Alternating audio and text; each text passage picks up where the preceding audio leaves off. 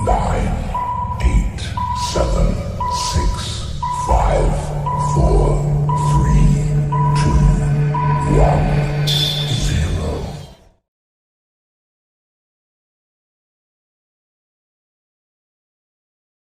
Assalamualaikum warahmatullahi wabarakatuh. Perkenalkan, nama saya Dwi Farizal. Dalam kesempatan ini saya ingin mencoba menjelaskan indikator dan nilai kepemimpinan.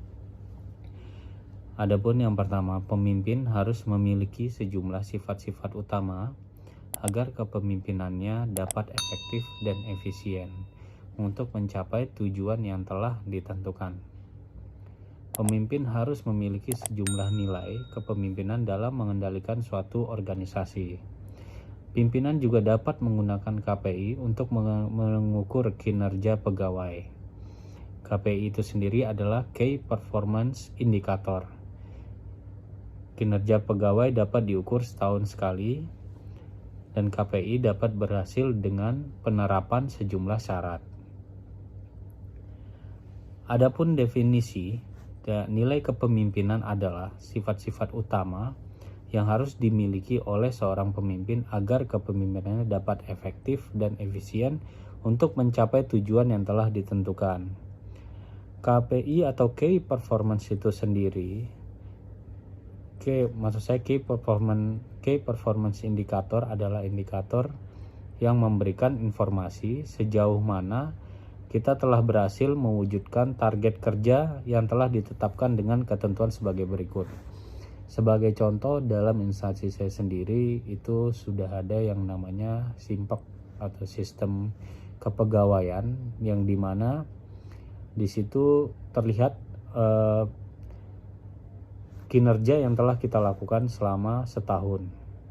Adapun salah satunya, tiap harinya kita harus mengisi jurnal harian, yang dimana itu sebagai tugas-tugas yang kita lakukan di lapangan dan kita tuangkan dalam sistem tersebut sehingga pimpinan dapat menilainya.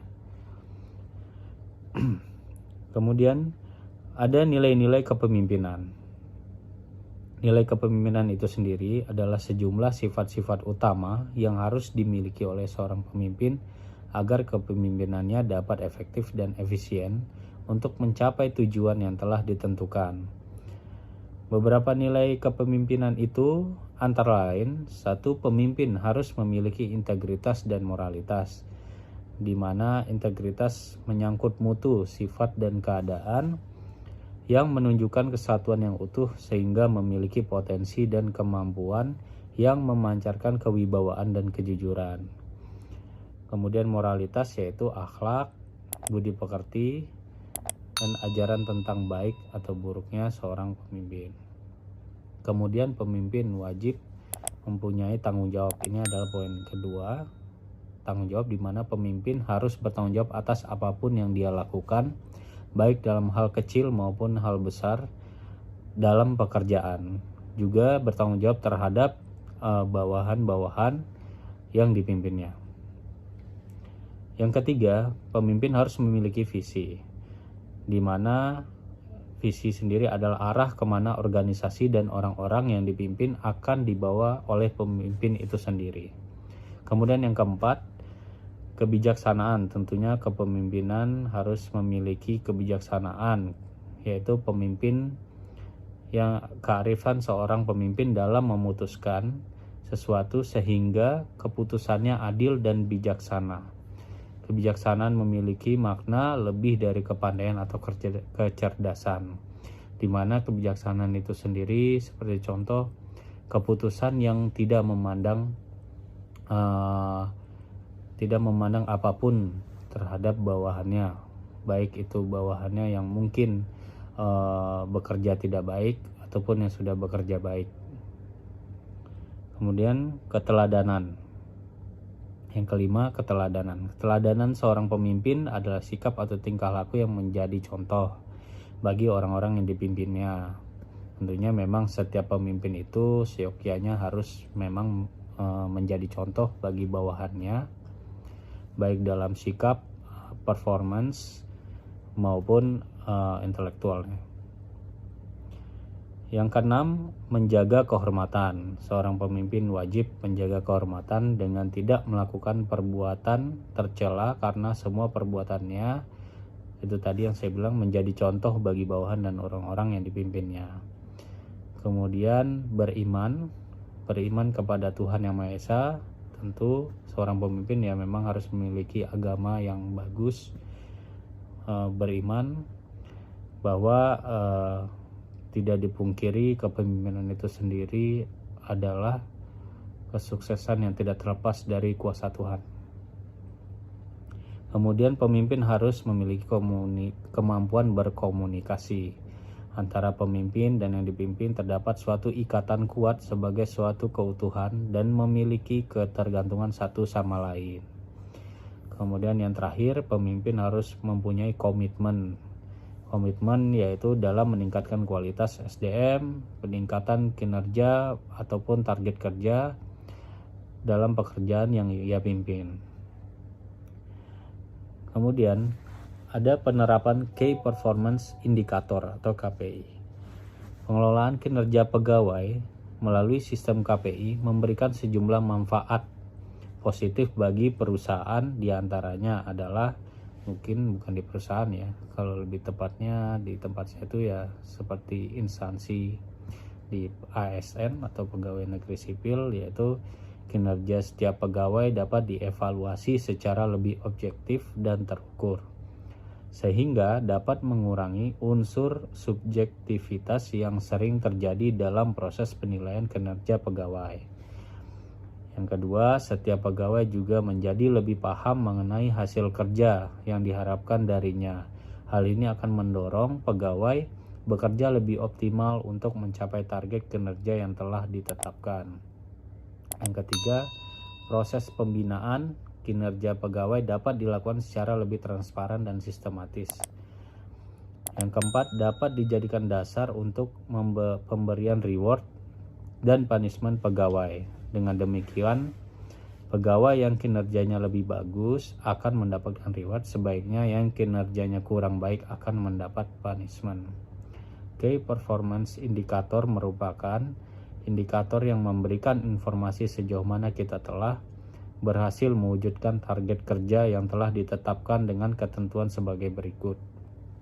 Yang pertama, indikator KPI atau Key Performance Indicator juga merujuk pada hasil kerja kita atau output kerja. Yang kedua, ukuran keberhasilan harus menunjukkan indikator kinerja yang jelas, spesifik, dan terukur.